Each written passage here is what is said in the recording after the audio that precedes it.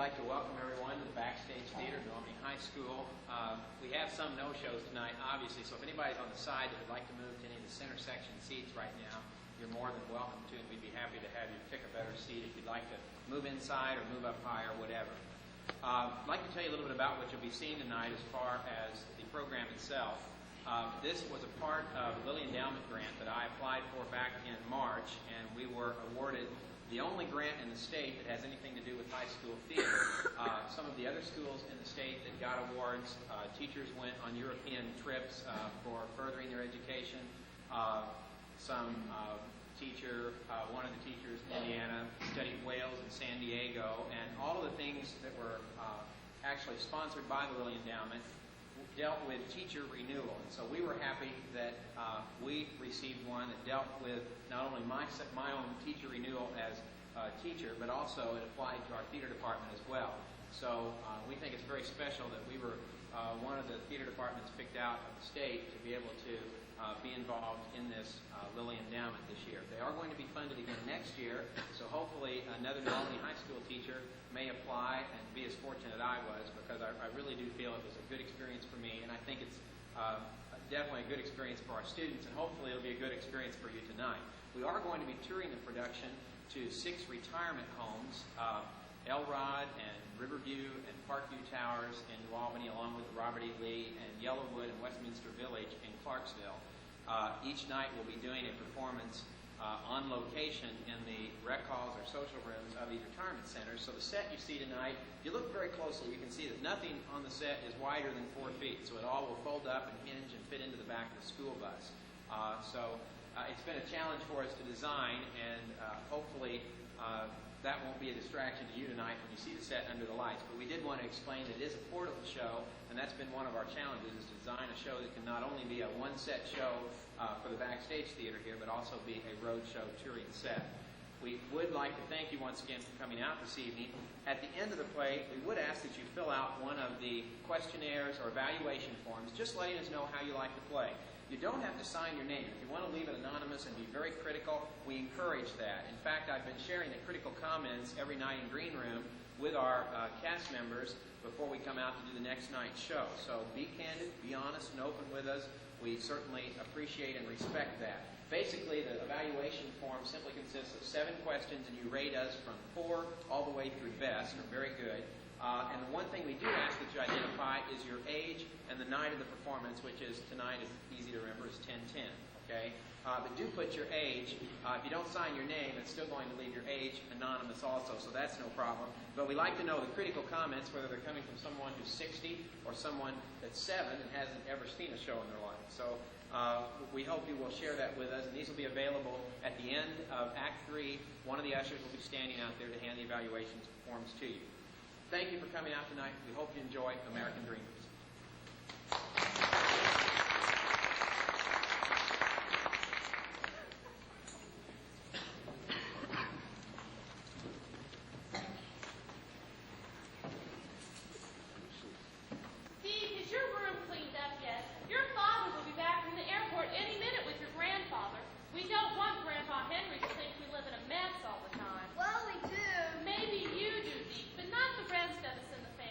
My mother used to say,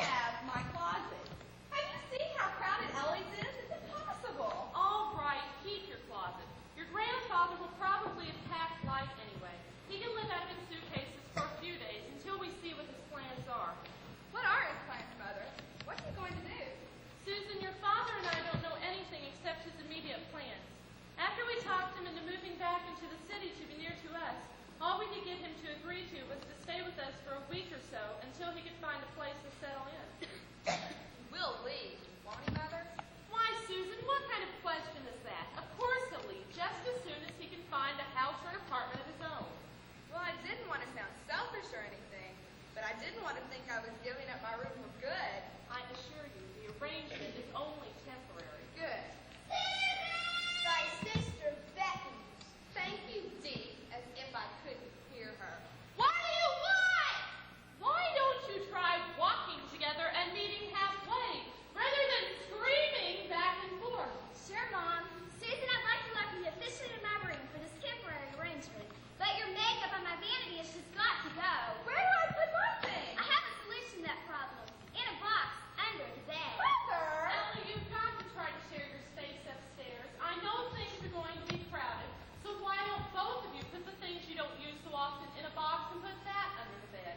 You ought to be able to survive with just one makeup table for a few days. I guess so. Okay, Susan, let's go organize. You're right, Deke. I feel like I'm being deported. Dee, you do understand what has happened to Grandpa Henry, don't you? I mean, I know you're a bright young man and all that, but try to understand what has really happened to him. And then try to be understanding if he acts a little strange. You mean Grandpa's crackers, don't you? No, I mean different, quiet, reserved, maybe even a little distant. Put another hot dog on the fire, kiddo. Your grandpa's here to stay. Hi, Grandpa. Want to play the game of life? Well, I've been playing it for 67 years, kid. You mean somebody made a game out of it and they're making money off of it? I guess so. We got one anyway. Sure, I'll play you, Deco boy. Hi, Dad. You must have planned a surprise entrance. We didn't even hear you pull up. Jim parked the car around back. Came in from the alley. Said he had something to unpack from the trunk. And you know me, I'm never one on missing a grand entrance. So how you been, Claire? We're all doing fine, Dad. The big question is, how are you? Never been better in my whole life. Of course, I wish your mother was here. Think about her every day. God bless her, dear sweet soul. So, Jim, you been doing any good fishing up here? Oh, when I get a chance. We'll have to go this weekend. It'd be good to get away for a while. Sure thing. Excuse me, will you? I have to play the game of life. You explain it to me, Deke. Do I start by being born? No, Grandpa. Start off by deciding what color you want your little car to be. Interesting twist. Pass up all the tough years of birth, childhood, and adolescence. Go to picking out your first car. Okay, blue. You know, back when I first started driving, we only had one choice of color. Ford black. Faded, dull, or bright, but black. This time I'll start with a blue car. Are you sure he's all right, Jim? He wouldn't be quiet in the car. Your father's been a pretty busy man. He's taking care of everything. The auction and the sale of the property? One 300-acre farm sold lock, stock, and barrel. You're kidding. Swear as I live. It's all been done. It's cleared out for good. Never cared much for life insurance. Always considered it money that I'd never seen. Nope, better to have cash on the barrelhead than give it away to some slicker in a polyester suit. This time I'm passing. No life insurance for your grandpa. I'll go ahead and spend it. Sure, Grandpa. Whatever you say. No life insurance. Sure, it nothing happens to you. Well, let's just say I feel lucky. You know, I like driving these cars up these little hills. It's not as flat as a mountain. Me too. So he's completely cleared things out. He doesn't have to go back at all. That's what he says. Why didn't he at least let us know? We could have been there to help him. That's what I told him. But you know your father. Said that he didn't want anybody going through his 40 years of junk. Said that anything that the family would want in the way of antiques is already put into storage. We can pick it up whenever we'd like. He seems to have thought of everything. And what about the money? $225,000. No, Grandpa. The card says you only inherit $20,000. No, Deke, I'm dressing your mother. Dad, I didn't know you were listening. Well, of course you did. And I was. Since you asked, I told you. Well, Claire McKay, I'm surprised you'd be that nosy about my financial affairs. Since we're on the subject, I think that old farm brought me plenty, don't you? Well, I don't know. You're right, that is a lot of money. But you sold it so suddenly. Are you sure that's exactly what you wanted to do? Relax, Claire. Your father's a big boy now. I think he's entitled to do with this farm whatever he'd like. Thank you, James. I'm glad to see there's someone who's understanding in this house. It's not that I don't understand you, Father. It was just all so sudden. First Mother's death, then you up and sell the farm a month later. Things just seem to be changing so quickly for all of us. Well, you're the last one that has to tell me that. To tell you the truth, I was kind of glad to rid the place. Too many worries, too many troubles, and way too many bills. I guess I'm just being selfish. We all went to see the farm only from the way we remember it. You know, Christmases, summers, Thanksgivings. I didn't sell the memories, Claire. All I sold was an old farmhouse and some overworked land. I don't think there was another corn crop left in it. After your mother passed away, the farm just kind of gave it all up to God bless her soul. So, where'd you have your bankroll at? CDs, long-term notes? Suitcase. Oh, the paperwork's in the suitcase? Nope, the cash. At least what's left of it. I've already made a few wise investments. How much is there? Well, let's just say there's enough to keep me comfortable for quite a while. Let me do things I've wanted to do for quite a many years.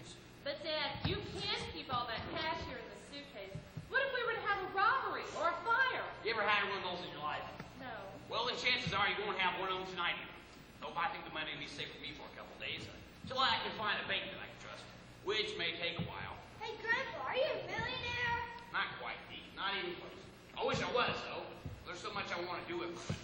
So much that I could do. But enough talk about all this loot.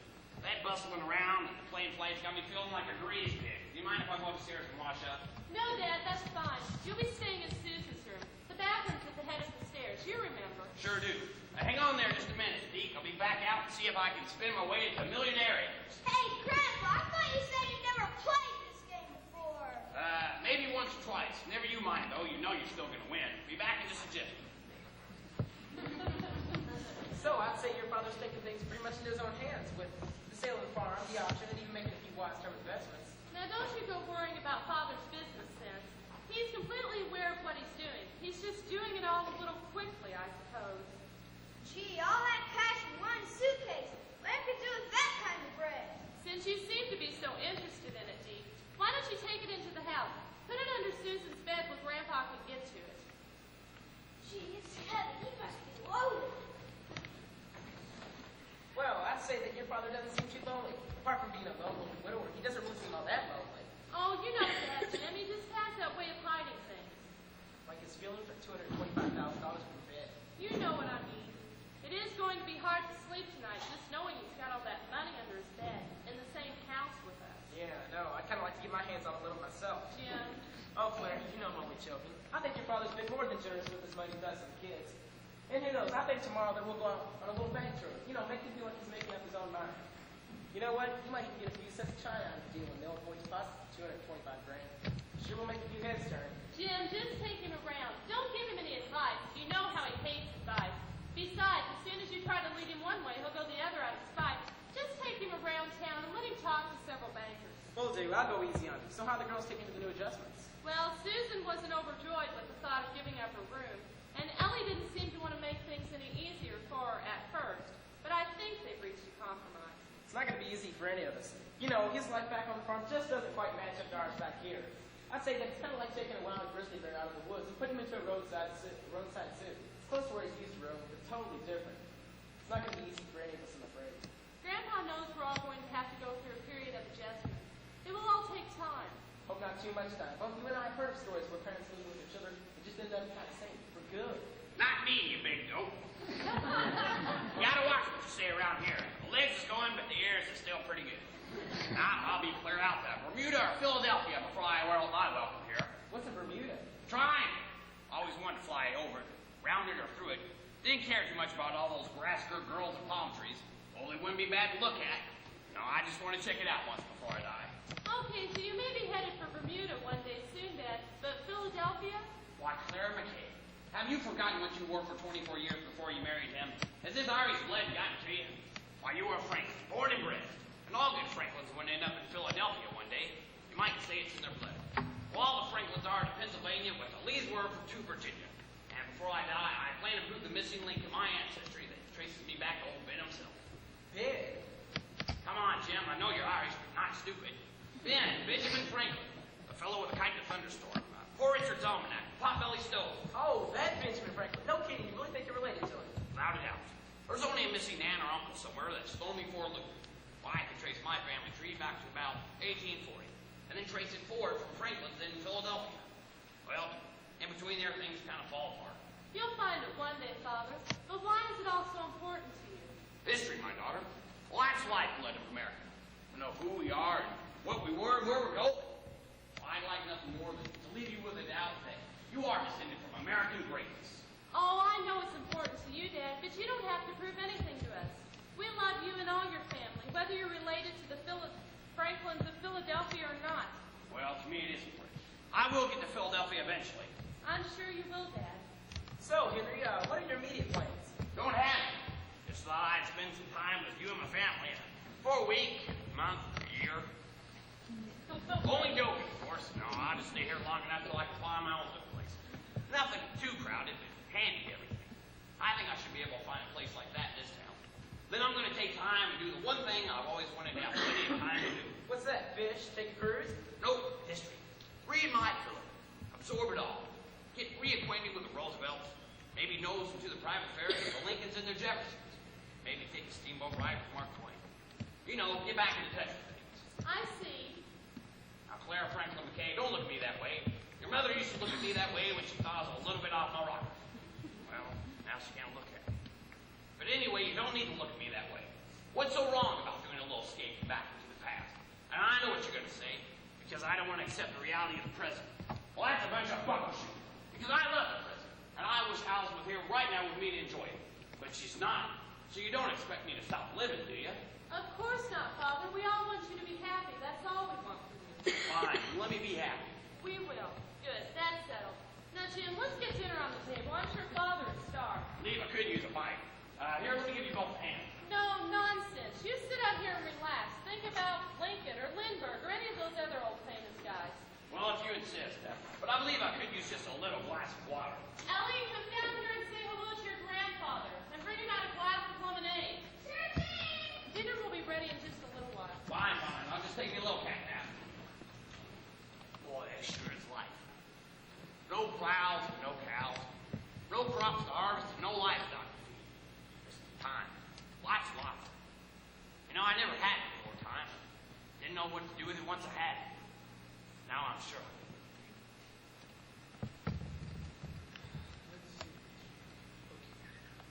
A stitch in time says, no. That doesn't make much sense, Ben. If it's in time, then of course it saves time. Got to have more meat to it. Let's see. A stitch in time says 9. Yes, 9. By the bit of the governor, that worked. Prove that an early stitch saves 9 times the trouble later. Frankly, you're a cheat. What? Hey, Claire, Jay! Come on here and take a look at this. Hey, is this your idea for a practical joke? Gods if it is, it's a pretty good one. Okay, buddy. That's a mighty fine costume and a makeup job. But let the cat out of the bag. Who's paying? Let the cat out of the bag. Now that is an odd expression, but I like it. Might be able to use that one later. Just what does it mean? Well, it means to let go of a secret. Tell the whole truth. Wait a minute. What am I standing here talking to you like this for? Who are you? No. You are in my studies. You are the trespasser. Therefore, the more appropriate question is, who are you? Well, I'm Henry Franklin, and I presume that you're going to tell me that My you're... name is Benjamin Franklin. Yeah, that's good. Okay, who are you really and how much are they paying? Pay me, sir. Who? Come on, my daughter and son-in-law. I know they're the ones that put you up to this. Okay, I'll play along. So tell me, how much are they paying you, Mr. Benjamin Franklin? I'm nothing, sir. Nothing. You mean you dress up like this and you go around and you play practical jokes for free? Dress up. Dress up? I actually don't believe I'm dressed up. Actually, this is my more casual time. And although I do like wit problems and puns, I must say I've never been referred to as a practical joker before. I beg your pardon, sir. I beg your pardon. For good heavens, man, are you trying to rupture me? Rupture you? Why no, I'm just trying to see if you're for real. I'm real, man. Stop poking me. Oh, come on, it's not real fat, is it? I'm warning you, my good man. I'll have a magistrate over here to my chamber. You do not sit. It's ridiculous budgeting. All right. Whoever you are, I guess you are for real. A fact for real. Go. Okay, suppose you are who you say you are. Then what on earth am I doing standing next to you? Now you hit upon it. I should say that it's a question of the hour. Just what are you doing here in my chamber, unannounced at this hour? Dressed in that ridiculous manner? Ridiculous. Why is one of my nights around? My late wife picked this out for me. Oh, my widow. I am so sorry, sir. How did she die? The influence of whooping cough, consumption? Bit out of line, isn't it? Forgive me for being so bold. You see, I dabble a bit in the inventions of the sciences. The dark wonders of the medical world have always intrigued me, sir. She died of cancer. Sign of the zodiac? I've never heard of such a disease. No, and you wouldn't go by that name if you are who you say you are. That's one disease that's about 150 years ahead of you. Not one you want to look forward to, believe me. I see. This is absurd. I can't believe I'm talking seriously to you. Whoever you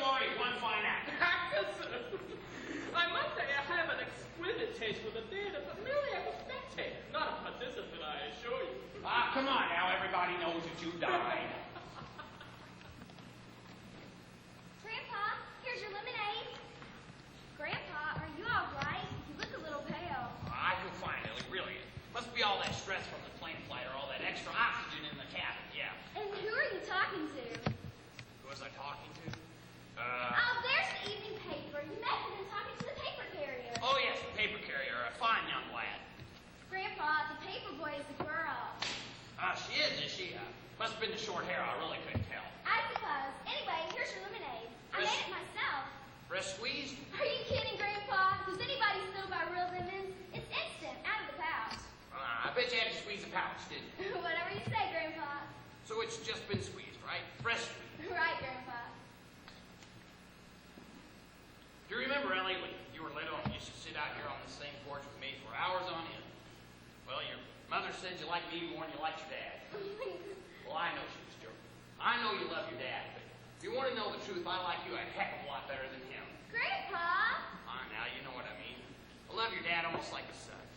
Well, in fact, he's almost been a son, but sometimes I think maybe he thinks I'm a little too much off the wall. Know what I mean? We all know you've never been quite normal, even when Grandma was alive. So now there's no one left to keep me in line. Right, Grandpa. Now you're free to go crazy, free to be insane, the way you've always wanted to be. I bet you really miss her. More than I ever thought it would, Ellie. I'm not going to let the grief take me to the grave. Alice wouldn't have wanted it that way. You know, when we got older, we made a promise to each other. We said after one of us went, the one that was left behind would keep on going, not quit, not give up on life. Well, I intend to continue that promise. For Alice, well, for me. I'm proud of you, Grandpa. Good, and you're going to even be prouder. Are you still the rescuer of wild things you used to be? Well, Dad made me slow down when the cages out back got too full. 5 years. I never did take shine your animals the way you did. Why, I remember one summer your grandmother and I came. You had 6 stray dogs, a dove with a broken wing, 2 baby raccoons, and a wild rabbit. Quite a zoo for a girl about 10, when you say. It was grounded, but every one of them lived. I was lucky that year. So what lucky creatures of the earth were on your list this year? It's whales, Grandpa. They really need our help. Now, I think the whales are big enough to take care of themselves. Now, don't stick out that little lower lip, you know, that gets to me every time. Well, I read all that there she is. Save a whale, rescue a whale, support a whale, adopt a whale. Now, that wasn't going a little too far, was it? I don't think so. And I know. And that's what I respect so much about you, Ellie. No matter what your cause, you're 100% sincere. That's why I've got a surprise for you. Your mom and dad think all my money's upstairs in my suitcase. Well, that's not so. I've already been spending a little here and there. I like to think I'm investing. Investing? So how much would it take to really help the whales? Oh, I don't know. I would like to be able to send them hundreds, but all I can send is about $5 a month. I just don't make that with working in a bookstore. But every cent counts, right? I mean, you know about the Save the Whale organization. Yes, Grandpa, more than 90% of all the money collected goes straight to the whales. What do they do with it then? I bet those big old whales swim inland and put it in their riverbeds. Now, you know I'm only joking, Ellie. How much would it really take to help? I don't know, $100 maybe? Now, I think our friends the whales deserve a lot more than that, don't you? I guess so, but Grandpa, I don't want you to spend your money if you don't want to. Well, I wouldn't have my checkbook out if I didn't want to. Here, that ought to help them no matter how big they are. Grandpa, this is too much. You can't do this.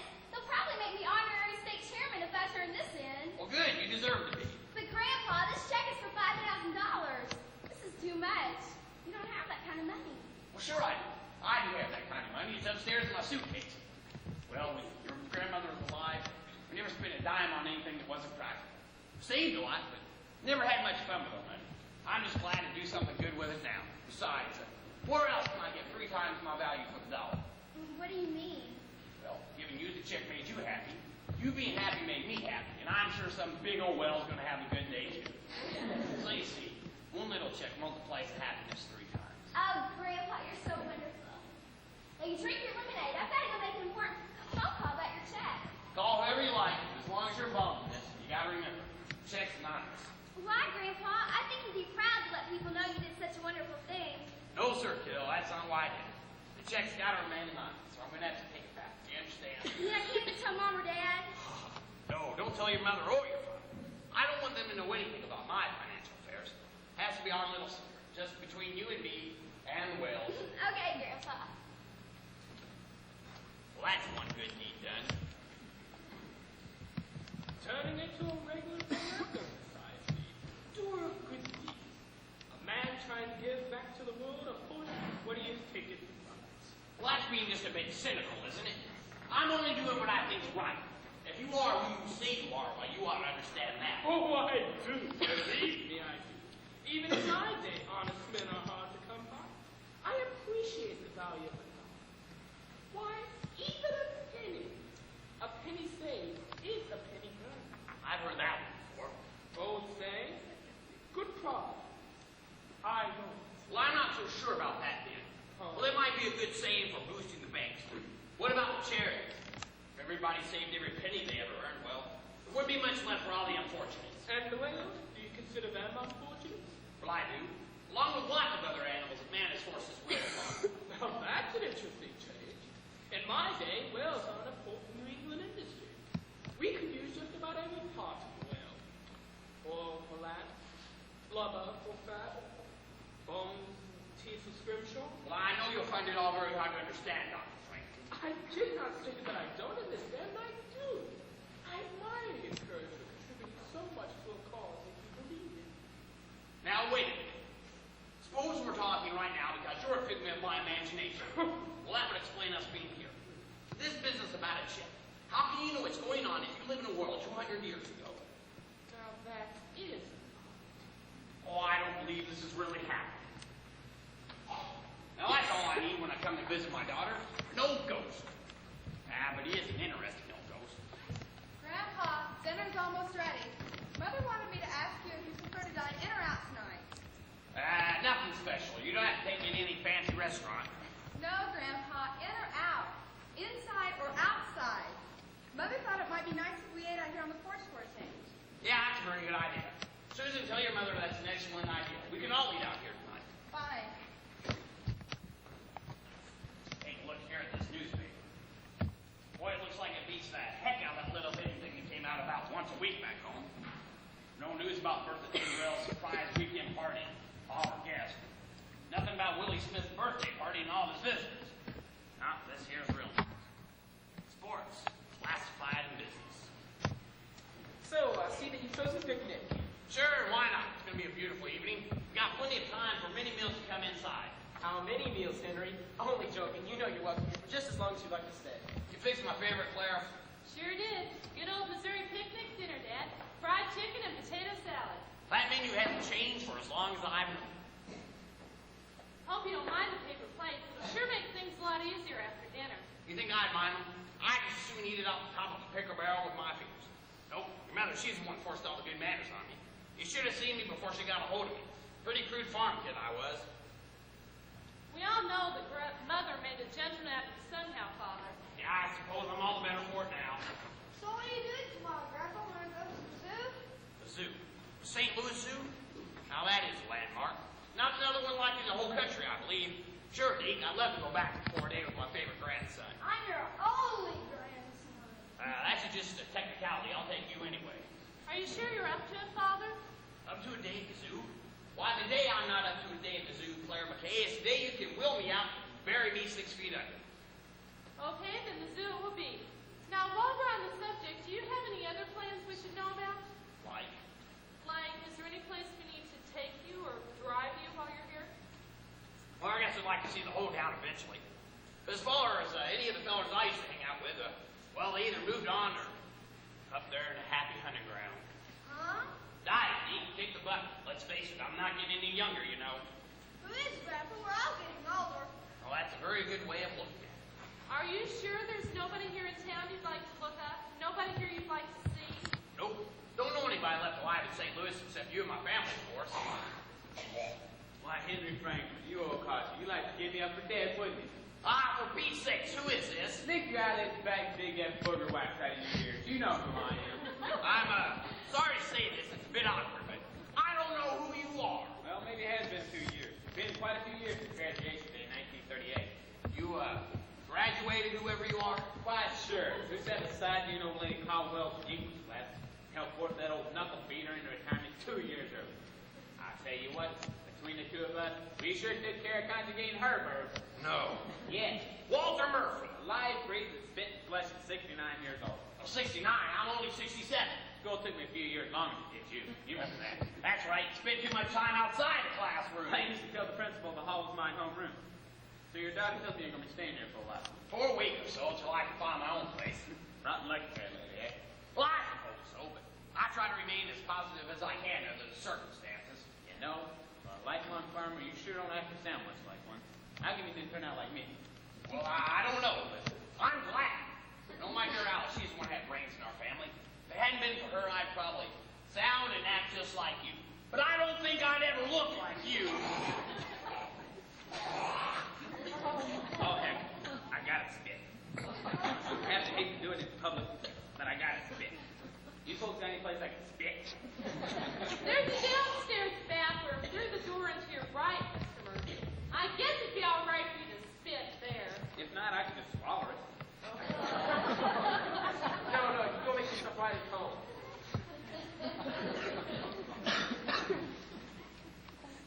Interesting sort of belly you have there. Clara, why on earth did you bring him here tonight? Better yet, where'd you find him? I ran into his daughter at the grocery store. She said Walter was running short on friends around town and kept wondering what had happened to you. She thought it might be a good idea to get you two good old boys back together, as she put it. Well, it wasn't. Walter Murphy was a rotten friend 50 years ago, and he doesn't seem to have got any better in his old age. Besides, he's gross. If I ever get that way, he'll just take me out and shoot me. Oh, now, Dad. No, I'm serious. How do people get that way? I don't know, it must take years of practice. Well, the sooner we get rid of him tonight, the better. Is that any way to talk about one of your old school chums? He was never a chum, Claire. Best we all just tolerated Walter Murphy. Well, I'm back. Anybody miss me? What's the matter? I got paper on the bottom of my shoe or something? I know. We'll just leave you two good old sports out here alone just so you can get to know each other again. Well, thank you so much, daughter. Come on, girls. You can help me with this.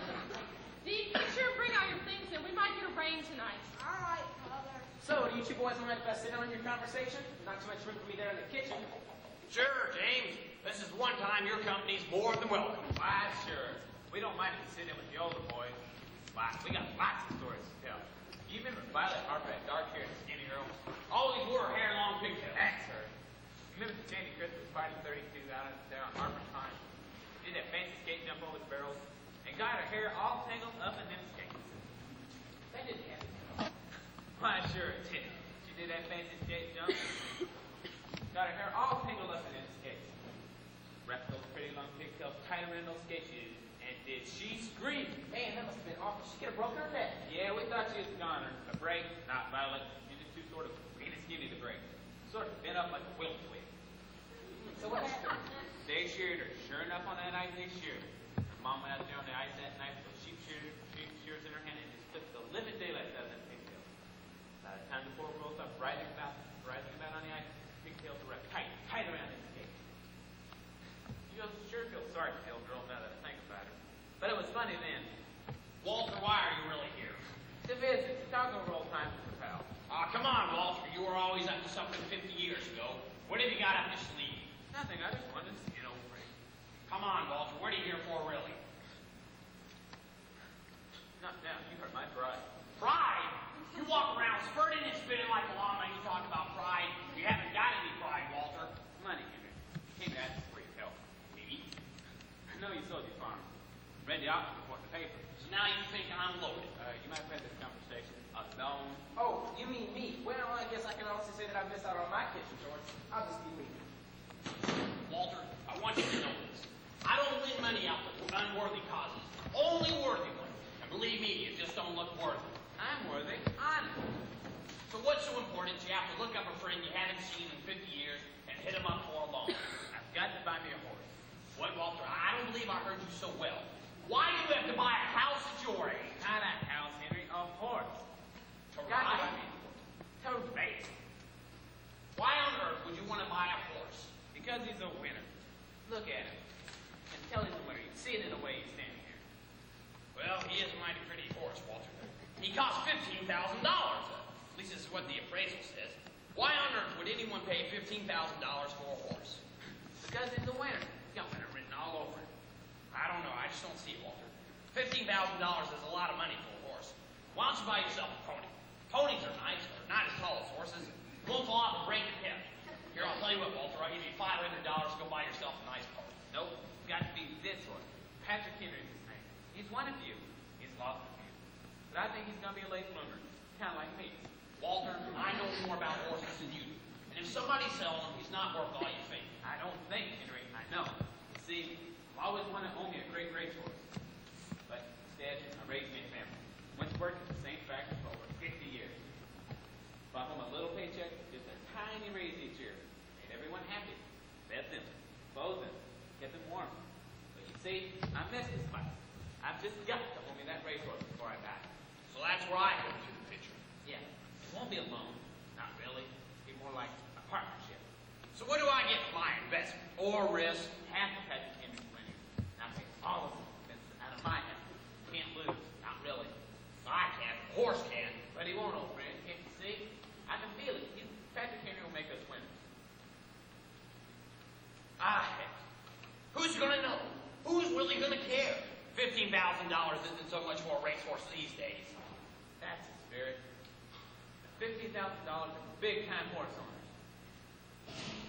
Yep. All right. $15,000, huh? It's not too much. He'll make us winners. Big winners.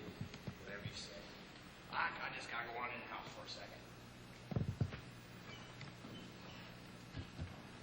Henry, a penny saved is a penny earned. You're not my conscience, Franklin. I used to be your idol. Sure, I admire you. But there's others out there, many other great men. And don't get conceited. Every man's got his dream. Even old Walter there. Who knows? Patrick Henry may be a winner. I'm just saying, Henry, that in my day, betting on a horse would not be the prudent thing to do. Well, I'm not betting on him. I'm just buying him. Betting comes later. I'm warning you, old man. Who are you calling an old man? Whose bones are turning to dust at this very moment 6 feet under? Well, I'm alive. I'm out there in the middle of it, living. We'll see, Henry. We'll see how well you live. What do you mean? Is there something you don't know that you're not telling me? Can you see into my future? Not unless you yourself can. I'm just a figment of your imagination, don't you remember? I've been dead for 200 years, Henry. I've seen many dreamers come and go. Some make things out of themselves, and others don't. Dream. I don't believe I follow you. You can't now, Henry. I'm just offering you a word of warning. Goodbye, Henry.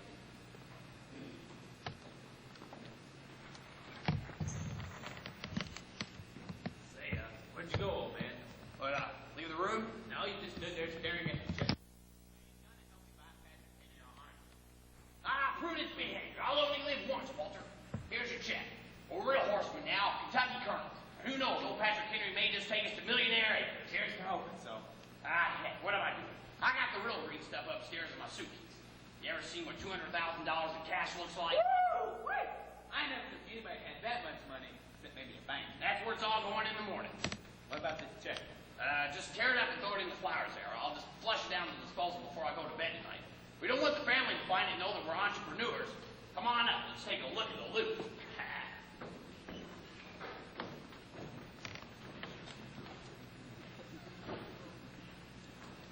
Mom! Mother, are you out here? No, Susan, I'm around back and watering the flowers. I'll be around in a second. Well, Mom, all I wanted to say... I'm right here, Susan. Sorry, Mom. I just wanted to tell you that Larry's coming over tonight. I was wondering if you could sort of help Grandpa get to bed early so we can have reports. I mean, after Grandpa's long ride in his plane flight, he must be tired. Did he act tired? Well, no. Well, then he'll probably be up until midnight. Sometimes your grandfather gets himself all stirred up. And with that old friend of his here, who knows? Those two old fellows could be up all night. But I didn't even think that he liked that Mr. Murphy. Have you ever seen your grandfather not like anyone? No. But he actually seemed to dislike him. Part of an act, I'm sure. Those two go too far back to be anything but friends. Oh, I'm sure they used to fight, but they're both getting too old to hold grudges. Well, I guess I'm sort of glad they're back together now. They could be good for each other. Kind of like two lost souls. Oh, I think your grandfather is far from being a lost soul. He seems to know what he wants to do, or at least he thinks he does. Well, they're certainly up to something right now. I just passed Walter and Grandpa racing up the stairs. They ran into my bedroom and slammed the door. And they're in there giggling and cheering. It's kind of strange. But I guess they're happy. I'm glad to hear they're getting along now. Your grandfather was giving him an awfully hard time. I still think they're up to something. Oh, nonsense, Susan. What could two old fellows like them be up to that's suspicious? Not like to have a girl up there with them or something. You know your grandfather is still totally devoted to your grandmother. May she rest in peace. Okay, Mom. I just wanted to tell you that Larry's coming over tonight. Try and keep Grandpa out of the way if you can. I'll do my best. Is Larry here yet? No, Larry isn't here yet, but he's on his way, I'm sure, Ellie, so please try and stay out of my hair tonight. Oh, I only wanted to serve the two lovebirds, cooing like a couple of ducks. Mother, make her shut up! She's younger than you. You have to be able to handle your little sister. I can handle her, Susan. She's almost my size now. Vicky, stay away from me, little pervert. I'm no pervert. I'm your little brother, and I'm not crying. You're gonna die. Dee, that's enough of that. Go kick a sack of potatoes in the basement or something, not your sister. Mother, will you please just get them both out of here? Larry will be here any minute. Well, for your information, so will Vicky. Oh, no, not Pinky. What's wrong with Vicky? She's my best friend. Got an hour. Why did you have to invite her here tonight? Now I not only have to worry about you and Grandpa, but now Pinky. That settles it. Larry and I will just have to go out tonight, even though we both wanted to spend a quiet evening at home. You can spend a quiet evening at home when you're married. It's your home. It's our home too, remember? Here. Besides, Larry will take you out. He's too cheap. Mother! We're all just going to have to make the best of things. If some people stay in the house, and some stay on the porch, and some stay on the lawn, we may just have enough room for everybody. Susan! Hi, Larry. I went around back. Nobody was there. Grandpa is upstairs with his old friend, and Jim is probably in the basement. I guess everybody else is out here. Except Vicky. Did somebody call me? Vicky, what a great outfit. God, I would like it. Is it new? It's new. It is $38 on sale at Zach's. I thought it was a steal. Probably because she stole it. I love your sneakers. Love your suit. How about my new hanger? I love it. This is going to be a very long evening. I wish I was going to have some yoga, but I don't think there'd be enough room for it. Besides, I wouldn't want to put him in the middle of all this. Oh, I think you could survive the night, Deke. Come on inside with me, and we'll make some popcorn for everybody. Oh, that's fine. I'm glad your father mowed the lawn and trimmed the shrubs today. I didn't realize we were going to have such a crowd tonight. What's this here? It's a check. It's made out in the amount of $15,000 to Walter Murphy. Why on earth would your grandfather be giving him that sort of money? Mother, maybe that's Grandpa's business. $15,000 is a lot of money. That becomes everybody's business. You want the old fella to squander our inheritance. Eric Wayne, that is entirely enough. Well, if he's decided to give it away, I'll take some. Me too. Think how many closets 15 grand would fill. I think I need to speak to your father about this. Then Dorothy Green, she put her arms around me, she pulled me into the corn crib and said, "There, that's the kind of squash my daddy grows."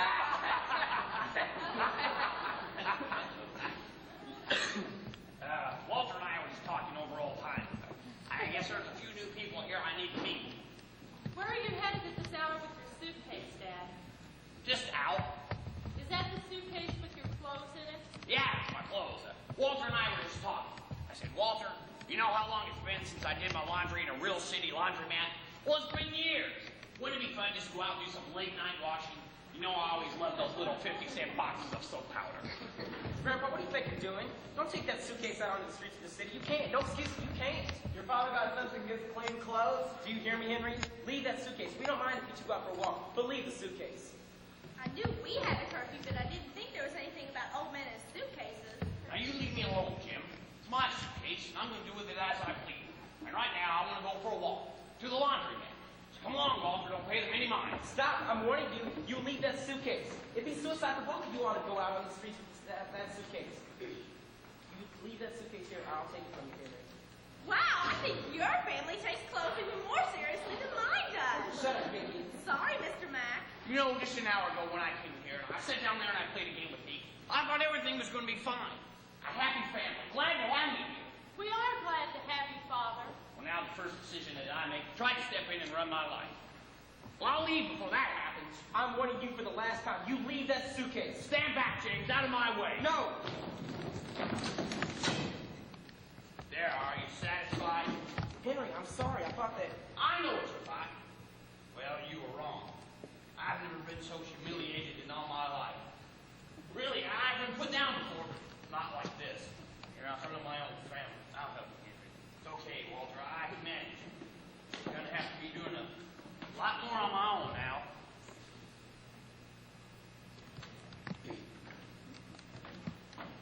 The dignity of an older man should never be confused with his age.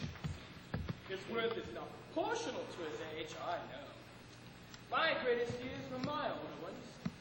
As an elderly man, I helped to forge our nation's way to independence, but you already know that.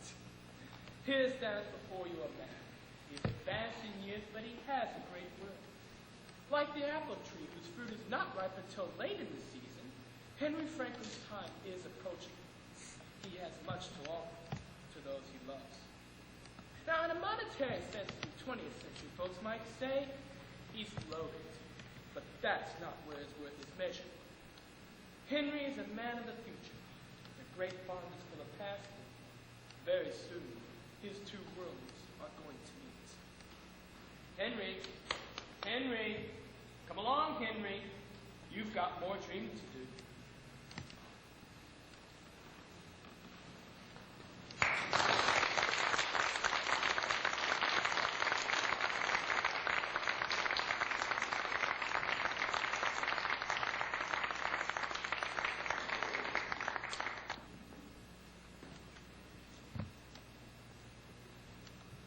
Your father sure gave your grandpa a hard time of it, just over a suitcase and some clothes. I think there's a lot more to it than that, Larry. Probably so. I can't imagine your parents would get all worked up like that over nothing. I'm sure it has something to do with the money. Grandpa's recently come into a lot of money lately because he sold just about everything he owns in the world. He doesn't think about money the way other people do. I don't think he cares about money. Well, your father sure does. But I'm sure he didn't mean to push the old man around like that. Larry! Oh, Susan, you know what I mean. It must have made him feel absolutely rotten. It made all of us feel right. Now Grandpa's probably upstairs lying awake wondering what's going to happen to him. I mean, is this the way the rest of his life is going to be? Not much hope for the old guy, is there? Well, there's going to be hope if I have anything to do with it. He's a sweet old man. He deserves something better than having to put up with this family. So what are you going to do for him? Do? I can't do anything right now. Not tonight. For the moment, Grandpa's going to stay with us and move to a motel. Mother would never agree to that. No, what I mean is, from here on out, Grandpa's got my vote. He's perfectly entitled to do whatever he pleases. Just because he's old doesn't mean he has to be treated like a child. He's probably got more wisdom than the whole family put together, and including you, Larry. Okay, truth. I'm not the bad guy here, remember? I hate to see you get all worked up like this, especially when I'm around. You mean you hate to see me worrying more about Grandpa than I am about you right now? Hey, cut, Susan. End of scene. This is not my argument. I'm just an innocent bystander in all of this.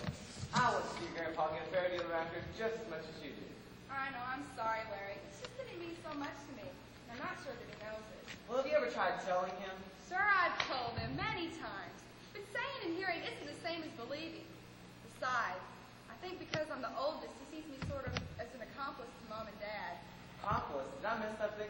You didn't do anything wrong. No, what I mean is I should have stood up for him tonight. I should have never gotten to the point where Dad would have to grab for a suitcase. I agree. Now, can we change the subject? Until things get better for your grandpa, you're still going to go back to him. And none of that can change at all tonight. So how about giving me a little sweet attention? I know, Larry. I guess I sort of have neglected you tonight. You've been caught in the middle of all our family problems. Well, I survived, but it wasn't easy. I know. We need to save just a little time to worry about us tonight. I won't argue with that. Hey, you two seen any, whoops, I hate cards in like this. There's a late night game on stairs. The cards against somebody else. They don't make much difference to me to hold one for baseball bet. Gee, I just can't watch baseball without any popcorn. You two got any left? Sure, Grandpa. There's plenty left in that bowl over there. Don't think much of us had an appetite after tonight. Glad they did, because now I'm starving. Grandpa, it must be cold. You want me to heat it up in the microwave for you? Nah, I'd rather it be cold than radioactive. Oh, Mrs. Franklin. The microwave doesn't make the food radioactive. It just sort of excites the molecules in the popcorn. My food is exciting enough. Don't need any popcorn with exciting molecules. Besides, I got enough trouble getting to sleep tonight without a belly full of submarine fuel. But it's not radioactive. You ever seen any flames, hot burners, or flakes or anything like that inside those microwaves? No?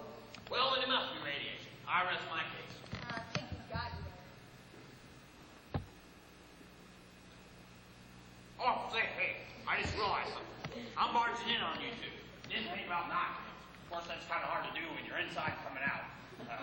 Guess the last thing you two need to see is an old man in his pajamas. I'll just be going upstairs now. Grandpa, you weren't interrupting anything. We enjoy having you back here at home with us. Believe it or not, we were just talking about you. Well, hope it was good. It was. Well, that's good. You know, I'm glad to see there's someone in this house that likes me. Grandpa, we all love you. Everyone does. Even Larry loves you. Don't you, Larry? Sure, Grandpa, I love you. Well, you don't even know me. Well, that's true, but I can love you because Susan does. See? Well, that makes me feel much better. Now, excuse me, I'll just be going back up to my room. Excuse me, Susan, your room. Grandpa, don't rush up on our account. Larry and I were just leaving. Larry has to get up early in the morning for a class he has. Don't you, Larry? Now that you mention it, yes, we were just leaving. Night, Grandpa. As far as I'm concerned, you can stay here as long as you want. Honest. Well, thank you. Thanks, Susan. Thanks, Larry. Good night to both of you. Good night. Now, there's a good granddaughter. First she gives me a room, and now she gives me her porch. Maybe there is some hope for this family yet. There is always hope, Henry. Ah, no, not you again, Franklin. Kids always like to see. Well, now you're always popping in and out when there's nobody else around. That's the point. I'm part of your private thoughts. You don't share me with anyone else. I'm inside that part of you that you alone know. Sounds kind of personal. It is, Henry. Have you decided what you're going to do with the rest of your life? Well, not yet. Well, you're going to have to get on with it. You cannot hang around here forever, especially not after tonight. Well, I see what you mean. Maybe I'll just rent me a little place, get back into watching lots of baseball and eating lots of popcorn. You don't really believe that, Henry. Well, sure, why not? Doesn't sound like a bad life to me.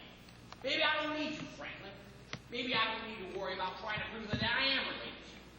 Maybe all I need to do is get back into watching lots of baseball. Is that what you're going to do with the rest of your life? At your age? At my age? What do you mean at my age? You said so yourself your best years were your later ones. It's contradictory if you don't think that mine can be too. Now just go. Wait a minute. Wait a minute. What are you doing over there? What's the... I'm clearing my mind. Sending you back to the history pages or wherever else you belong. You don't think you're the only famous fellow I've ever thought about, do you? Well, I hope. Ah, don't flatter yourself, Franklin. Oh, wait a minute. Wait, Henry. I forgot to tell you. The nerve of that fellow. Thinks he's the only famous fellow I've ever thought about. I'll show him. What do you know? I did it. It's the babe. Who's roasted? What am I doing here? I was at the plate at Yankee Stadium with the kind of went titty. I was about to unload the next one right into the grandstand. A slammer, so what am I doing here? Just visiting, yes. You mean you had something to do with bringing me here? Sort of. So where am I? St. Louis. That's crazy. We don't play St. Louis until next month. We're going to stay on the East Coast for the next 3 weeks. Well, I know I can't keep you here long. I know the Yankees need you. That's right. The Yankees need me. You bet. Boy, I can't believe it. In the flesh, the real Babe Ruth. Listen, are you a reporter? Is this some sort of weird publicity stunt? Because if it is, I want you to know that I just don't put up with that sort of stuff. And I don't think much of you snatching me away from home plate or about turning it back. No, I know. I'm just no man who just loved to listen to your games by the radio. And of course, I saw you in the newsreels. You speak as if that was long ago, as if I'm dead. Well, babe, I got news for you. We're all gonna die one day. Yes, but if you were a young man when you heard me playing baseball on the radio, Yes? then I must be dead by now. And this is my future, and I'm dead. Oh, come on, babe. Don't take it so hard. We all gotta hit that last homer one day. But I don't want to be dead. Well, you're not. You've been gone half a century and you're still very much alive. That's good news. You mean I'm still alive? You're a baseball legend, babe. Your memory lives on. But what about the Yankees? They need me. Oh, don't worry. You're only here for a minute. But I gotta ask you one question. How'd you do it, babe?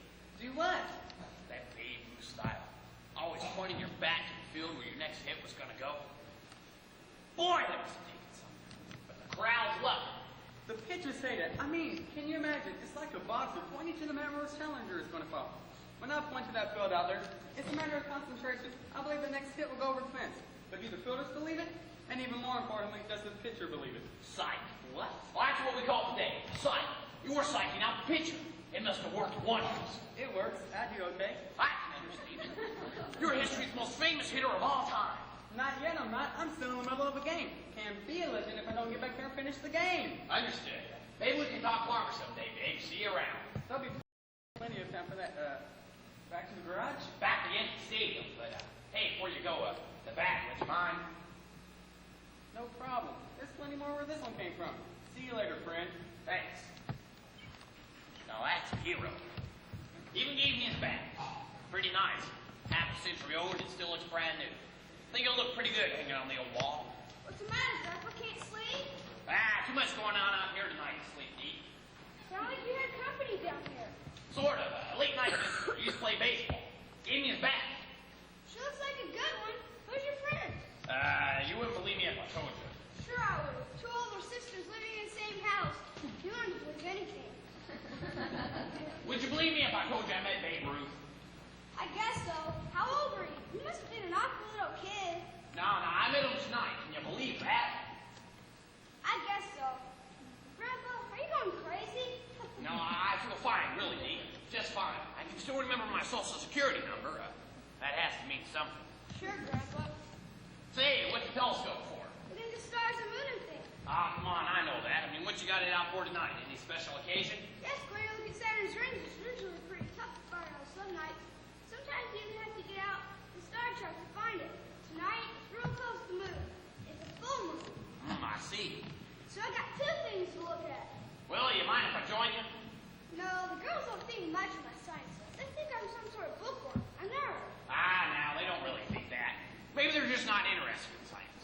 Though it amazes me if they've got 1 ounce of Franklin blood in them, how they cannot be interested in science. They're just girls, Grandpa. Too worried about boys, I guess. I suppose so. Hey, you found Saturn yet? Not yet. I passed it up one. It's kind of hard to keep in focus. It keeps moving. Well, I think we're the ones that are doing the moving. Earth's rotation and all that. Sure, Grandpa. I knew that. Okay, here it is. Have you ever seen Saturn, Grandpa, in real life? Not in person. Only in those pictures with those NASA satellites being back. Well, it's not that close, but it's the real thing. See it? Well, bless my soul. Well, it's a little thing, isn't it?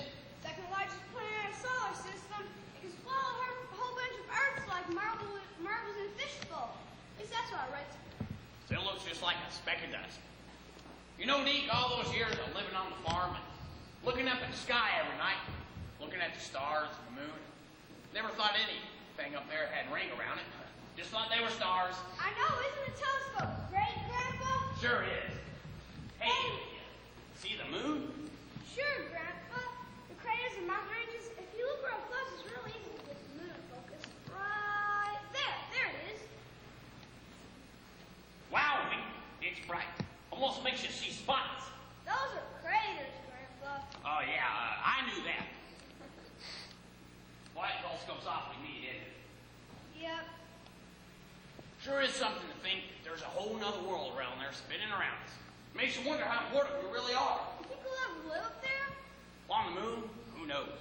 Maybe you more than me, though. Let's face it, Deke, my chances for getting living on the moon are pretty slim. I'm getting to be a mighty old feller, you know. Who knows, by the time you're a full-grown man, you've got your own family, there might be people living on the moon. I sure hope so. It'd be a great adventure. Probably so. But you know, back when I was young, you didn't have to escape to the moon to have a great adventure. Just getting a plane off the ground was pretty fancy business. You mean like the early jets, the old-fashioned ones? Old-fashioned jets? Well, there's a new thought. You know, I'm talking more about the early airplanes. Oh, you mean like the Wright brothers? Sort of. Except more like early flight pioneers. People like Charles Lindbergh and Amelia Earhart. Oh, no, not the garage. What about the garage? Let's just say it's been a strange evening. You mean there's something strange going on in our garage? Yes, right now. First there's a little glow, then there's usually some smoke, and then usually there's a visitor. At least that's how it's been going. My Grandpa, there's nothing out there except a car, that fills with a bunch of junk. You don't see him then? Nothing strange. I thought as much. Maybe I am going crazy.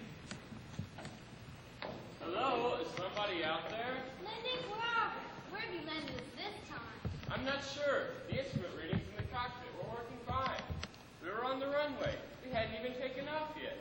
We should still be on the ground. Are you sure we just haven't ditched and drowned in the ocean? Now, Amelia, is that any way for America's foremost woman flight pioneer to be talking? Chin up. It's probably just another uncharted island. In Lake Michigan? Uncharted Island? We were just on the runway. It looks to me like we landed near somebody's front porch. They're over there by the telescope. Do you speak English, sir?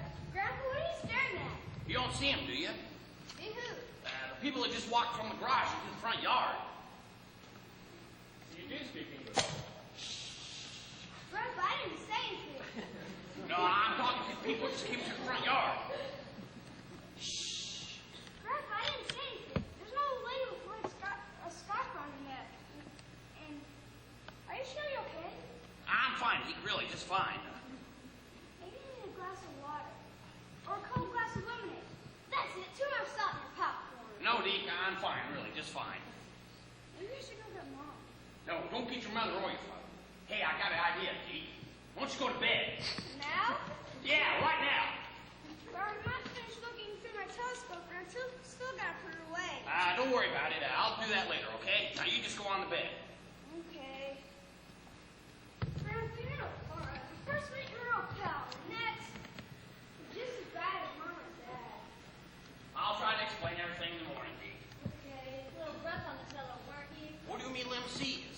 Grandfather talking to 2 old ghosts? Ghost? Now see here, good man. How dare you refer to me as a ghost? Well, I'm as good as a man as you are. When's the last time you flew nonstop across the Atlantic? The Atlantic? Well, not recently. But the commuter flight from Columbia to St. Louis took well under half an hour. Columbia, Missouri to St. Louis? Let's see, that's a go-along flight. No siree, baby. You got jets now. Bypass. Get you there quick. Planes like your Spirit of St. Louis, well, they just hang around museums now. What? Well, it's true. Spirit of St. Louis hangs in the Smithsonian, part they call the Air and Space Museum. I've heard of nothing of the kind. Air and space. Well, that's a whole new story. It's obvious that somehow, somewhere, we landed in the front yard of some Looney Tune. Well, I beg your pardon. I'm as sane as either or both. I'll listen to you discussing my sanity to 2 old apparitions. For what it's worth, Lindy, you're now standing in suburban St. Louis. No. But we were just on the runway in Chicago. No way we could have gone to St. Louis. Maybe what time was on the runway? We were clear for takeoff at 2300 hours, 11 o'clock. And what time is it now? My watch says it was a little after 11.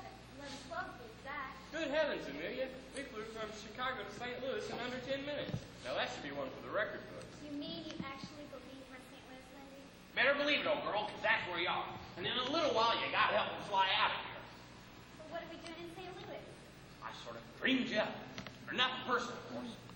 Our grandson and I, we were just standing here, looking through the telescope, looking up at the stars, and wondering about people living on the moon, and, never mind, you don't want to know about that.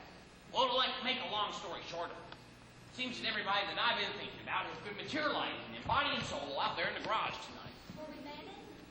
Yeah, where you landed. And the only way I can seem to get people back to where they belong is to stop thinking about it. Stop thinking about it. Okay. I can't. Well, that's impossible. How can I stop thinking about Charles Lindbergh and Amelia Earhart when you're standing on the front yard with me? You're one of the most exciting parts of history that I actually lived through. In your day, you represented what America was all about. In our day. Excuse me, will you? It's a little hard for me to get my past from your present. But let's put it this way. History's going to hold a warm spot in his heart for both of you. Well, that's a good thing to know. But what about the present? Can you see the future? What's in store for us? I don't think it'd be right for me to say that. Can't change history, no. You can only look back and learn from it. What do you mean you can't change history? You're obviously not from our time, yet you dragged us off the runway in Chicago and pulled us here. Now, don't you think you've already changed a bit of history? I suppose so. But I didn't change any important parts. Tell us then, what's going to happen to us? Why do you have to know? Why is it so important? Babe Ruth was just here. He didn't ask so many questions. He was content to go back to living his old life the way it was before he came here. Why can't you two just do the same? Because if there's a chance you can help us, you have to do so. Tell us what's in store for us.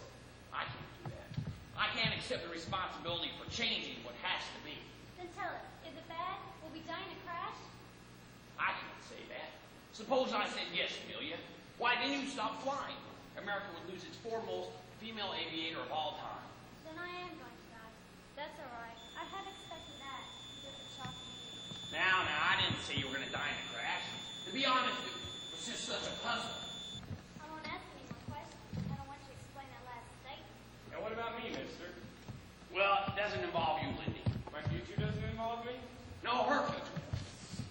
own separate story. And what is it? I can't tell you. All I can tell you is this. It involves your family. Watch them. Guard them closely, Lynn. Oh, you don't have to tell me that. I know that already. Being in the public limelight always puts your family in a more vulnerable position. Good, then watch them, will you? Yes, I'll take care. Now, can you help us to get back to that runway in Chicago? Sure, I got you here, didn't I? Now just go back on into the garage and I'll take you back. So long. Henry Franklin.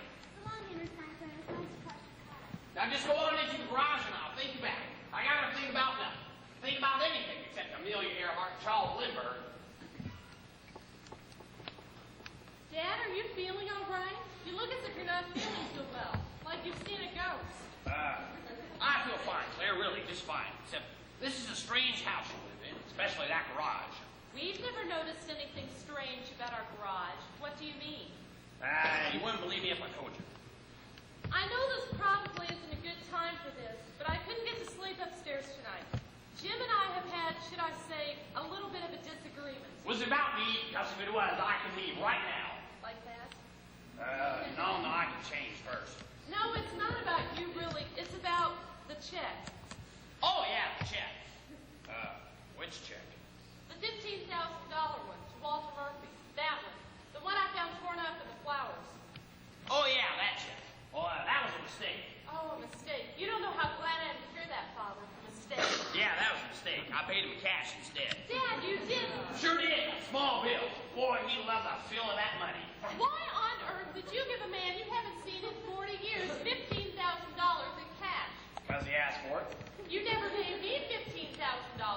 Well, Claire, you never asked for it. All right, give me $15,000, Dad. Sure, go help yourself. It's underneath my bed in the suitcase, but you better have a good use for it. Oh, I've got plenty of good use for it, Dad. Plenty. Claire, are you going to debate this thing all night? No, Jim, you were right. He did give it away. Not in check, but in cash. $15,000 walked out the door with that old bum. You will not call him a bum, Claire. Walter Murphy's my friend. He needed a little bit of my money, so I lent it to him. You don't really. Wait a minute. Let me get this straight. You give this long-lost friend of yours that you haven't seen in 40 years $15,000 tonight to do with whatever he wants to. It wasn't easy as that. What do you think I am, crazy? I won't lend money to anybody without a good reason. And what was his reason, Father? Is he seriously ill? He did have an awfully bad cough. Nah, that old codger, his health's okay. His blood's probably low thin, about 80 proof. Oh, great. You give a lush $15,000 to drink the night away. He'll have a heck of a time sleeping that one off. He's not going to go buy booze. He's going to buy a horse. Walter Murphy and I are going to be partners in a horse. But you don't know anything about horses or horse racing. You wouldn't even let me have a pony on the farm. Well, it's never too late, Warren. Nope, it's never too late. Walter Murphy says Patrick Henry's going to be a winner. He's going to be a winner. You ought to see him. He's quite a looker. Patrick Henry? That's his name? Sounds like an old glue pot to me. What do you know? Walter Murphy says Patrick Henry's going to be a winner. He's going to be a winner. You got to have a little faith in your friends. Not $15,000 worth. I'd say that's just a bit excessive. Oh, you would you? Henry, I will not get into a shouting match with you tonight. I won't. I will not have the children hearing us shouting like this. No, but you'll let them see you respect my belongings in front of my family and friends. I believe I've already apologized for that publicly. Well, you're not. Just go back on inside. I'll sleep out here on the porch tonight. Dad, you will do no such thing. I'm going to sleep out here on the porch tonight. Very well. Do what you want. I'll bring you a blanket. You don't have to bother. I know I don't have to bother, but you're still my father. I don't agree with you, but you're still my father. You may be wasting away all your life savings, but you're still my father. So I will bring you a blanket. Won't use it.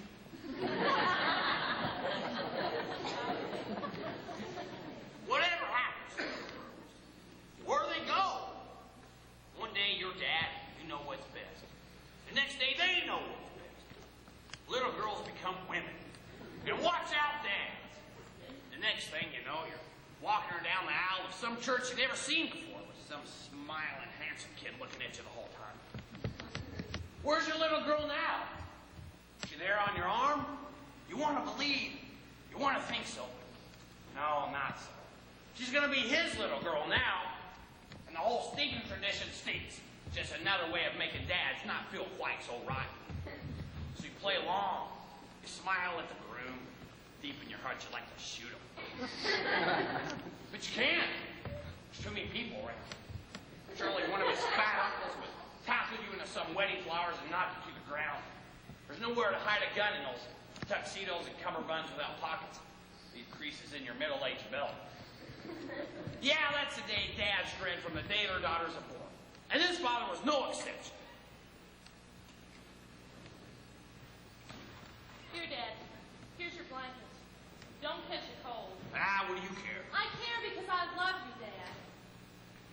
There is still just a little bit of my girl in there, isn't there, Claire? Sure, Dad. They're always welcome. Good night.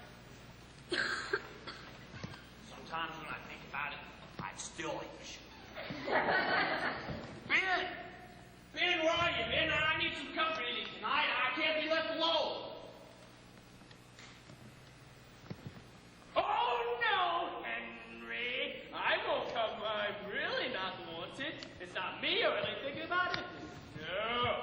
Your thoughts are elsewhere. Realize you can just think about anybody you want. I'm surprised you didn't think of it sooner. No, Ben, don't leave me. I can't see her yet. I'm not ready. It's too soon. Henry, is it really you? Yes, it's me, but you're not you. I mean, you're me. I mean, you're me thinking about you. You're confusing me, Henry. So what else do? I always confuse you, Alice. That's right, Henry. You did. So, how are things up? They're fine, Henry. Just fine. It's a place I think you're really going to like if you make it here. No, I can't believe it. I can believe Ben Franklin, Amelia Earhart, Babe Ruth, Charles Lindbergh, or anybody else that comes along. I can't believe you're here. Why not, Henry? Because you're just like I remember, just like life. Why does that have to change, dear? Because you're there and I'm here and... Wait, what do you mean if I make it up there? Is there still some sort of doubt? Oh, Henry, I'm not 100% sure anymore. I mean, we new arrivals don't have much pull. No seniority. You ought to understand that, Henry. I'm doing all that I can. But this latest episode with Walter Murphy and that horse. Patrick Henry? Yes, that horse. I've got to say, that didn't go over too well with the management, so the jury's still out on you. I see. Now, the $5,000 to Ellie for her whales, that was a nice touch. Yes, everybody up here was buzzing about that.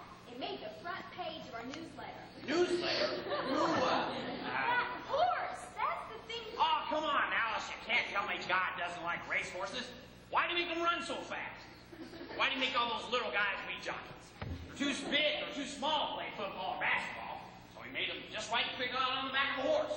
I can't go into all that now, Henry. Besides, they don't tell us everything up here. And even though you've been a bad boy, I do miss you, Henry. I miss you too. Listen, you gotta buy me some time. Just tell the management to buy me some time. Why, that you've got, Henry. Well, you're not sketch... You know when I'm gonna. Right? Yes, I know that, Henry. It's public knowledge up here. But we can't tell. It's one of our strictest rules. No confidential information to mortals. One of the first rules we had to memorize. You should have seen the list. I see. I promise. I promise, Alice. I'll do my very best. I know you will, Henry. I told them all up here. You will do right. I know you will. Maybe Claire was right. Maybe buying that horse wasn't such a good idea after all. I mean, we don't want any black marks against us in that big golden book, now do we? Just gotta concentrate on Walter. Yeah, Walter Murphy, that old codger. Walter Murphy. Walter Murphy. Well, we go get him, Patty boy. Smoke him, smoke him. Keep the dust in your eyes and leave him behind. Hey, what the heck am I doing back here? Watch here, Walter. Now, never mind about that. There's no time. Listen, have you already bought the horse? What do you mean if I already bought the horse? That was over 3 months ago, old man. Well, why didn't you tell me? I mean, about the money. I did tell you. You were sitting there in our box with Santa Anita. How can you be here now? It's a long story. So you already bought the horse. Maybe that isn't so good. But then again, maybe that isn't so bad. We just gotta work it out, Walter. What? Work what out? The horse, the track. I haven't got time. That's 3 months from now, Walter. We've got 3 months.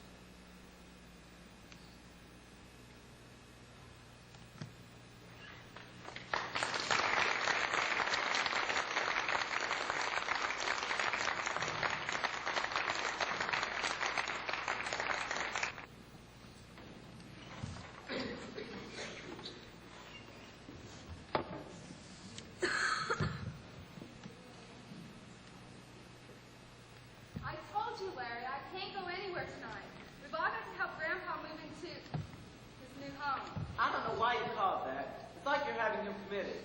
Why won't your parents just admit that he's insane? We don't know that for sure. He's being sent to the hospital for long-term observation. There will be people there who can help him. I don't think he can be helped.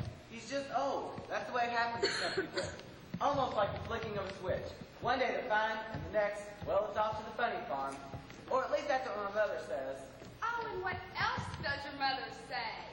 Well, she doesn't come right out and say it. But she thinks your parents are having him legally committed so he can inherit all of his money. Well, you just go tell your mother. No, on second thought, just go home, Larry. But Susan, we were supposed to... I don't care what we were supposed to. I've got to help with Grandpa. I'm not going anywhere. I think the crazies running the family. Hello, Larry. Hello, Binky. Hey, what's she doing here? Why does Ellie get to have company if you can't? Binky's going to help with moving today. I'll believe that when I see it. Go home, Larry. Fine, I can take a hint. Doesn't bother me. I think the whole family's a bunch of crazy. There's really not that much to move, Bink. Mom just wants us to help out around the house and keep an eye on Deke. He hasn't been taking well all of this. And rightly so, Ellie. He was with Grandpa the night he... Well, you know. Deke still thinks Grandpa's aware of everything. He thinks he's just dreaming or something. Supposedly, Grandpa was acting a little weird the night he stayed out here all night long. He was hearing voices or something. Gee, it's sad. My folks are a lot older than yours, and it's scary to think that they may just go nuts one night. I don't think he went nuts, Bink. I think he just had a stroke or something like that. Well, whatever it was, I saw him the other day, and he sure looks awful. He was sitting out here on the porch, and that friend of his, Walter Murphy? Yeah, that's him. And he was sitting there gabbing away, to your grandpa, like he really thought he could listen. Were they talking about the wars? Yeah, Patrick Henry. He kept on talking to your grandpa, like he could really hear him. Well, maybe he can. Nobody's really sure. Anyway, Mother's got to sign a lot of papers today, some sort of formality. They're sending a doctor over here to witness it to make it official. I think they even have to ask him some questions. Well, he won't answer them, will he? He hasn't talked for weeks, has he? No, it's just something they have to do. Oh.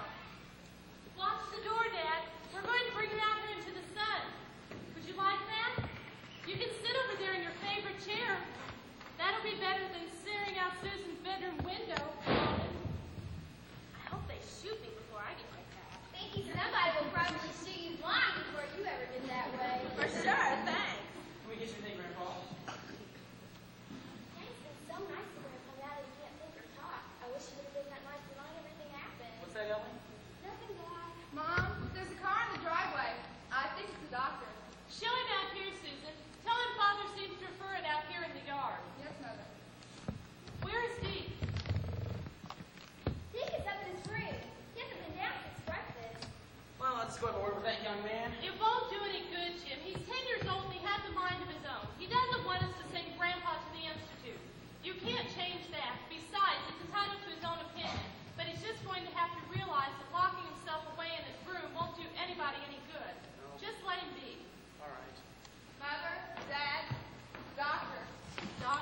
Dr. Daniels, Dr. Marjorie Daniels. You'll have to excuse us, Doctor. We assumed that I was a man. Well, you're wrong. I'm a woman, and very much so, I might add. Yes, we can see that. Very well. Woo! Who's this in the porch? The automobile is mine, sir. Well, it's a mighty fine one, if I may add. You may. Now, you can tell me where I might find one Henry P. Franklin. I didn't know there's two of them, lady. One I'm sitting over there in a chair. By his daughter. Say, who are you anyway? You the lady from Henry's pension plan? Can I speak? I don't know, lady. Make a sound in the drunk, move your lips and try. See if you can. The patient? Oh, then you must be the nurse for my friend here. No, sir. I will be his doctor, and do not appreciate such levity in the house of the demented. One of those kind. You make got dictionaries when we translate? I have here my first number. I know it. Quiet, Binky. Excuse us, Dr. Daniels. This is Walter Murphy. He's an old friend of my father's. Very. Yes, I can see that. Walter, Dr. Daniels has come to get my father's admission papers signed. That is correct. His expectancy at the Cornwallis Institute. The Cornwallis Institute.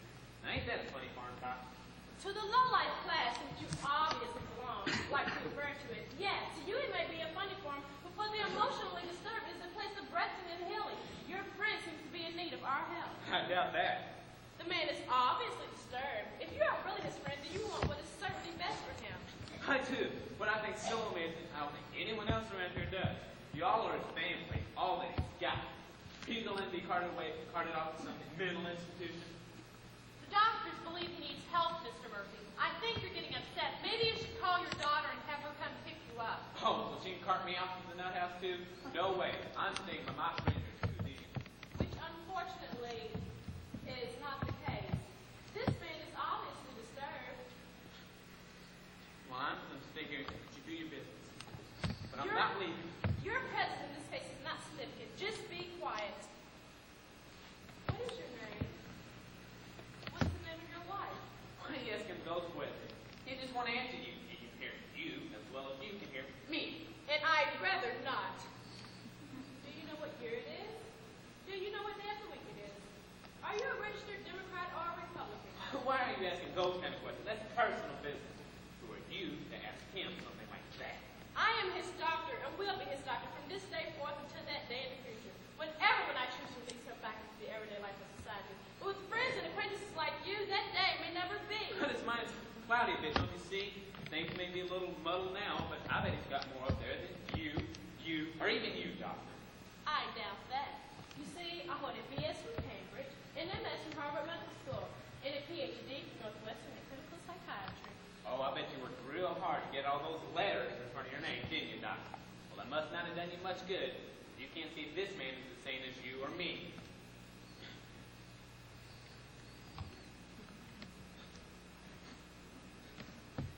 He's not crazy. He's the same as I am. Quit there and quit writing. You can tell he's the same as me. This man is disturbed. Can't you see that? He's not. Go on. Look at the papers and sign them.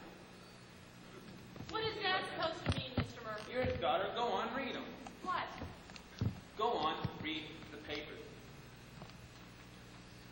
By power of attorney and legal authority of the state of Missouri, as executor of the estate and guardian of all properties and claims thereof said subject, Henry P. Franklin, I, the undersigned, do hereby acknowledge that said individual is no longer of sound mind, nor competent in all legal and judgmental matters, including daily life, maintenance of property, and all financial dealings. There, that little clause about financial dealings. It's an optional clause. I know that. I've already had several friends doing that, and that's the first thing the family sneaks in. That little clause about daily life, maintenance of property, and financial dealings. You sign your name to it, sign his name for him, have it certified by one doctor, and notarized by the attorney. And you've instantly inherited the old man's fortune. That's what this is all about, isn't it? Money. You all want his money. That's not true, Mr. Murphy. We all want what is best for my father. And his money. Come on, admit it. I want it before the horse, and I'm sure you've got your own good reasons. Mr. Murphy, I can assure you, this is not being done for financial reasons. Henry's entire estate's been put into a trust fund. They don't receive funds from the government. We can't get his money unless he dies. And come on, you can't accuse us of killing You him. might as well be. Take a look at it. It's all your fault. That is simply not the case. This man is suffering from acute schizophrenia. It's a classic case. Oh, I see. The old fella dreams he hears a few voices. He's a famous old ghost. And you label him nuts. Well, you can take me too, Doc. Since he's been like this, I started hearing him too. Oh, you have? Yeah, and I don't mind telling you they're pretty realistic. I mean, these folks that dream up are real. Henry showed me how he did it tonight. He sort of, well, went on the edge of it. I mean, they lived, they breathed. So did Henry. So why couldn't anyone else in the family see this? Dee came awfully close. Because he believed that they could somehow exist. Now here, believe I can do it right now. Oh, come on. Where's your imagination? Surely there's got to be a little bit of Henry in you all. Well, I believe you can do it, Mr. Murphy. No, you don't, Ellie. Mr. Murphy's been watching too much TV. He thinks he's Peter Pan and we're all waiting for Tinkerbell. Mom, I really believe him. It's not his thing, don't you think? Sure, Ellie, what the hey? I can believe anything. You can say that again. I believe him, Mother. Pete, you've decided to rejoin the world. Only if it'll help Grandpa. I don't believe he's crazy. Maybe this is his way of showing us what he's been seeing with Mr. Murphy's help. Oh, Deke, this is ridiculous. Letting this old man pretend just the same way your grandfather did isn't going to help anyone. Mom, let him try. Jim? Oh, what's the harm? Go ahead, let him try. Who knows? Could be entertaining. Thank you. And everybody pay attention. It's all because of your father and your grandfather's preoccupation with history. became obsessed with Dr. Albany. So much that his all-time idol, Ben Franklin, started to pay him regular visits. Oh, this is absurd. You agreed to let us hear from him. Well, the two fats became good friends, and from Franklin, Henry started branching off to other interesting sorts like Charles Lindbergh, Amelia Earhart, Babe Ruth, and others. You made me believe they all visited him? He didn't only believe, he had proof. Like That what? upstairs. Like what? The Babe Ruth baseball bat? Exactly. Then how? How did he do it? Ah, yes, the process. He would sit there in this chair. Excuse me, Doc.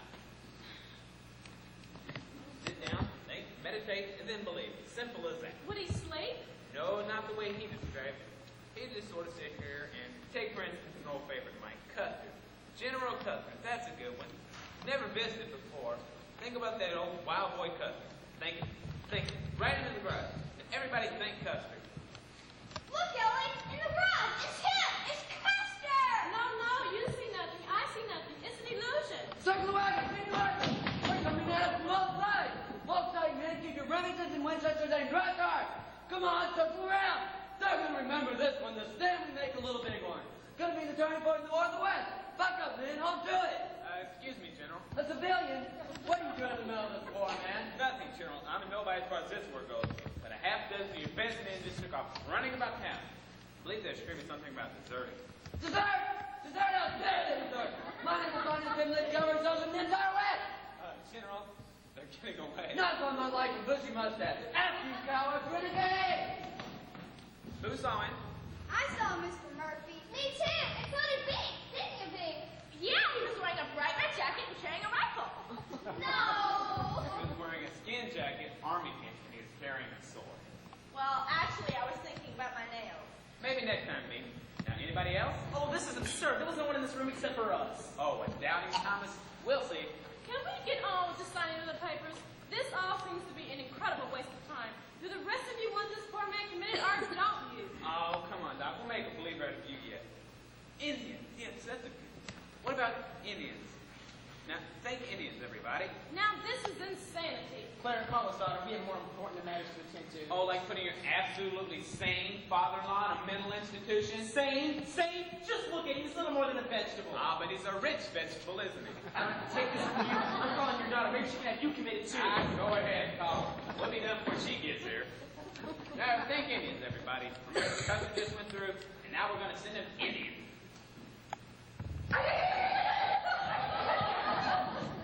Hi, guys. I know you find this a little hard to believe, but here you are. White man house. And White Man General behind White Man House. Custer General behind house. Custer General. Behind White Man House! Mother, I see them! Yes, I see them. This is incredible. Somebody go get the Polaroid. Ain't it, though?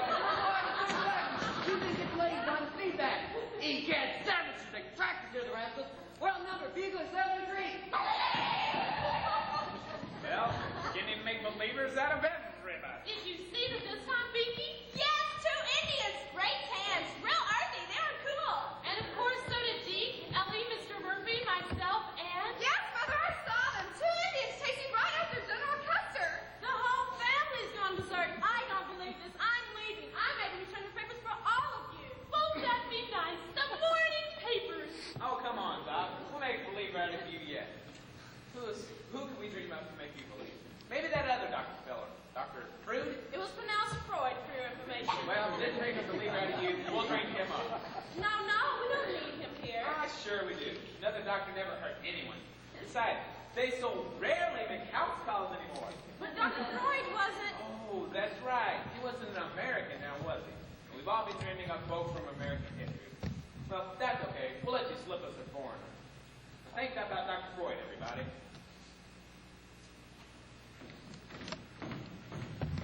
Oh, hello, doctor. A good day to you, sir. Let's see. Which one of you is my patient? I don't think it's you, and I doubt that it's you.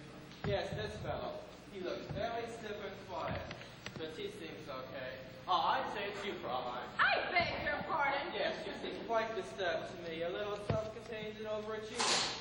Inwardly frustrated, sexually suppressed. I beg your Allow me, Dr. Sigmund Freud, at your service. I don't believe you. Circle around, boys, the game. I can't play decoy this longer. Get the chains. Baby rifles at the chains.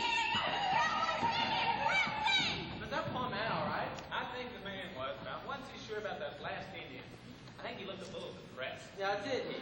Bell, as I was saying. No, as I was saying, you cannot possibly be Dr. Freud. I have seen your pictures. Oh, those old photographs never do me justice. They never captured the inner ego. My true it. Uh-oh, someone's been doing some more dreaming. Not me. It's exciting enough to see who Walter dreams up. Okay, Ellie's right. There's someone else in the garage. Who did it? Who did it? Out with the confession. Now listen, there's someone coming to join us, and we don't know who invited them. We'll just let it be a surprise. Hello. I'm sorry. I don't recognize this one. Excuse me. Can we help you? Are you looking for someone? Oh, my God. Uh-oh, Doc. Shame, shame. You do a little dreaming about some crazy person that you didn't tell us about? I don't believe this. It can't be her. Miss, don't help you. What is that you've got there? Now, Doc, I may be no graduate of Harvard, but I think I can act. Seems like he's very angry. Somebody get her out of here. Whoever you're looking for, they're in the house. Oh, that was brilliant, Mother. You got her away from the thick of things. But Dad's in there. Oh, no. Look at the crazy lady. I guess it's a little silly to be asking this question, Doctor, but just who was that you dreamed of? I don't believe it. It was an innocent experiment, really. I thought while Murphy was doing that Freud would be trying to see what you, Dr. Freud, could do with one Lizzie Borden. Elizabeth Ford, and I don't believe I'm familiar with the case. Lizzie Borden. Oh, this is ridiculous. It can't be happening. At least we didn't dream up Lizzie Borden. Who's Lizzie Borden? Only America's most notorious axe murderer. She chopped up her parents one night and then went out like nothing ever happened. Oh, that Lizzie Borden. I remember reading something about her. Now, that's her inside the house, Doc. Possibly. Perhaps we could help her, Dr. Daniels. You think so? Yes, you and I, a team. It would be an honor to our founder of the School of Modern Psychoanalysis. Indeed, shall we?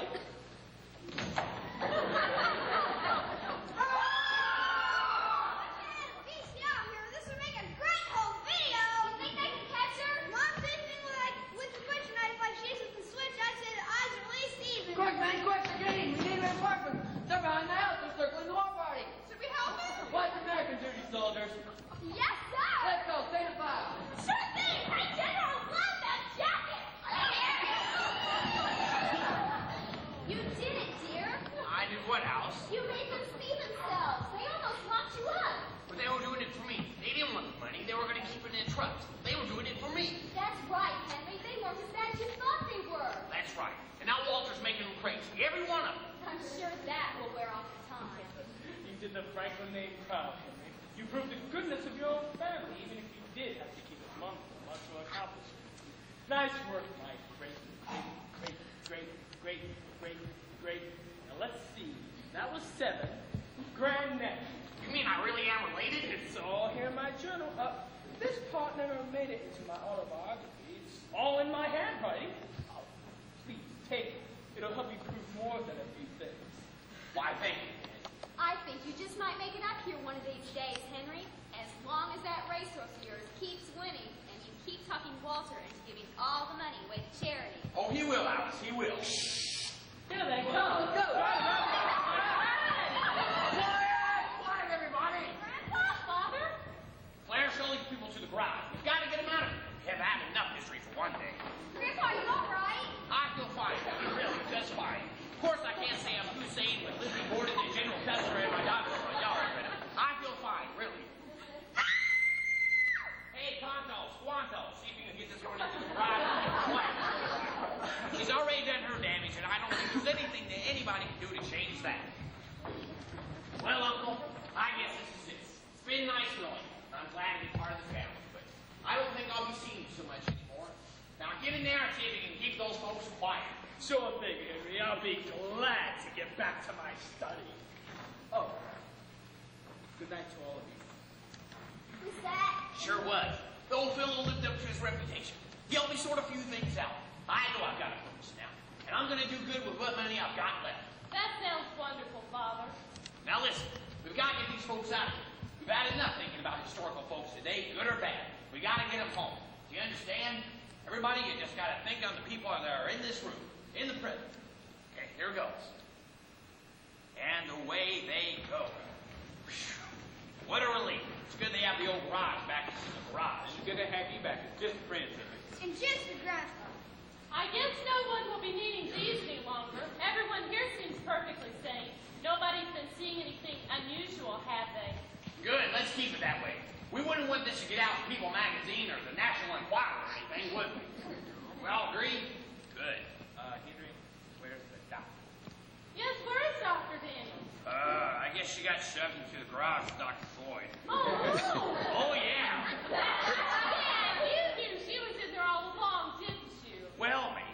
But if it's meant to be, I'm sure she'll find a way out. Besides, I'm sure in one century or another, there's some crazy she can help. Who knows? Maybe even an old dreamer like me. Welcome back, old dreamer. Welcome back, Grandpa.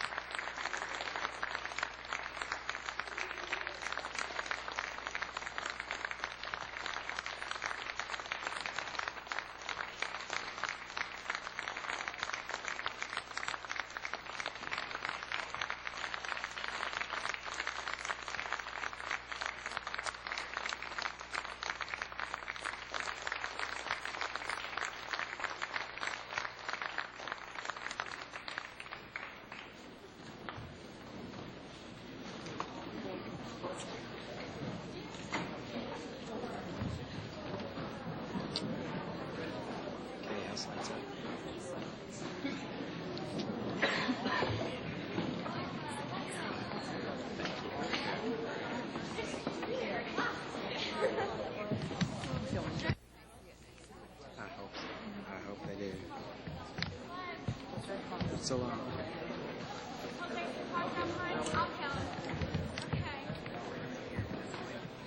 Tried to lap it up for you. I loved it. In my picture?